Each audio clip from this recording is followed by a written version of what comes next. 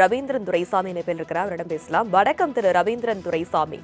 அதிமுக பாமக கூட்டணியானது உறுதி செய்யப்பட்டிருப்பதாக இரு கட்சியின் தலைவர்களும் கூட்டாக செய்தியாளர்களை சந்தித்து தெரிவித்திருக்கிறார்கள். இந்த சூழல்ல பாமகவில் ஏற்கனவே உட்கட்சி பூசலானது நிலவி வரக்கூடிய சூழல் தன்னிச்சையாக அன்புமணி இந்த முடிவு எடுத்திருக்கிறார் என்று பார்க்கலாமா?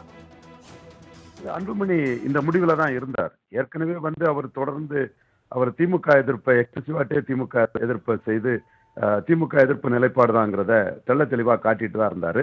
குறிப்பா 2016ஆம் ஆண்டு அன்புமணியை முன்னிறுத்தி மாற்ற முன்னேற்றம் அன்புமணியை கொண்டு வரும்போது அன்றைய தினம் முதல்வர் வேட்பாளராக திராவிட முன்னேற்ற கழகத்தில் கலைஞர் கருணாநிதி தான் முன்னிறுத்தப்பட்டிருந்தார். ஆனா இவர்கள் மு.க. ஸ்டாலினை விட திறமையானவர் அன்புமணி என்று ஸ்டாலினுக்கு எதிராகத்தான் அந்த வாக்குகளை அவர்கள் திரட்டினார்கள்.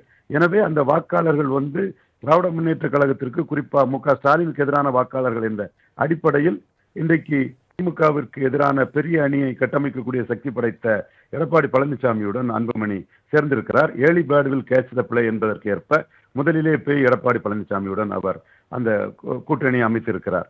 இதில் டாக்டர் ராமதாஸ் அவர்களை பொறுத்தவரையில் திமுக ஆப்ஷன், எடப்பாடி ஆப்ஷன் போன்ற மற்ற ஆப்ஷன்களை ஓபன் பண்ணி அவர் அரசியல் செய்த சூழ்நிலையில் திமுக எதிர்ப்பு என்பதில் ஒரு உறுதியான நிலைப்பாட்டில் அன்புமணி முடிவெடுத்தார். இந்த சூழ்நிலையில் எடப்பாடி என்ன முடிவெடுப்பார் என்பது ஒரு கேள்விக்குறியா இருந்தது. ஒருவேளை அன்புமணியை கலத்தி விட்டு ராமதாஸை எடப்பாடி சேர்ப்பாரோ என்ற கருத்துக்கள் எல்லாம் உலா வந்தது. அதற்கெல்லாம் முற்றுப்புள்ளி வைக்கும் விதமாக இன்று அன்புமணி திமுக எதிர்ப்பு நிலைப்பாட்டில் எடப்பாடி பழனிசாமியுடன் கூட்டணி அமைத்துள்ளார். இதற்கு காரணம் எடப்பாடி பழனிசாமியை விட தமிழக அளவில் மு.க. ஸ்டாலின் மிகப்பெரிய தலைவர். மு.க. ஸ்டாலினுக்கு இணையான ஒரு தலைவரே எடப்பாடி பழனிசாமி கிடையாது.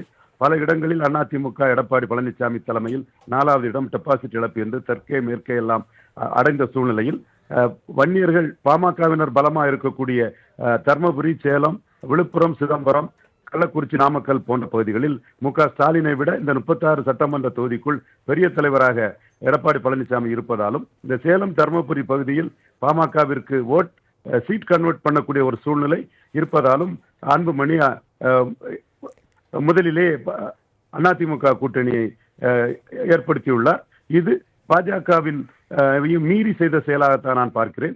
பாஜகவில் இவர் இருக்கிறார், அதனால் இங்கு சென்றிருக்கிறார் என்றெல்லாம் இல்லை.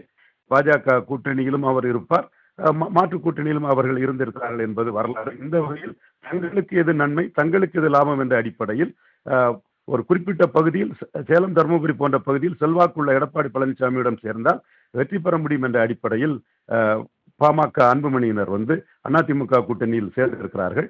இது எதிர்பார்த்த ஒன்றாகத்தான் நான் கருதுகிறேன்.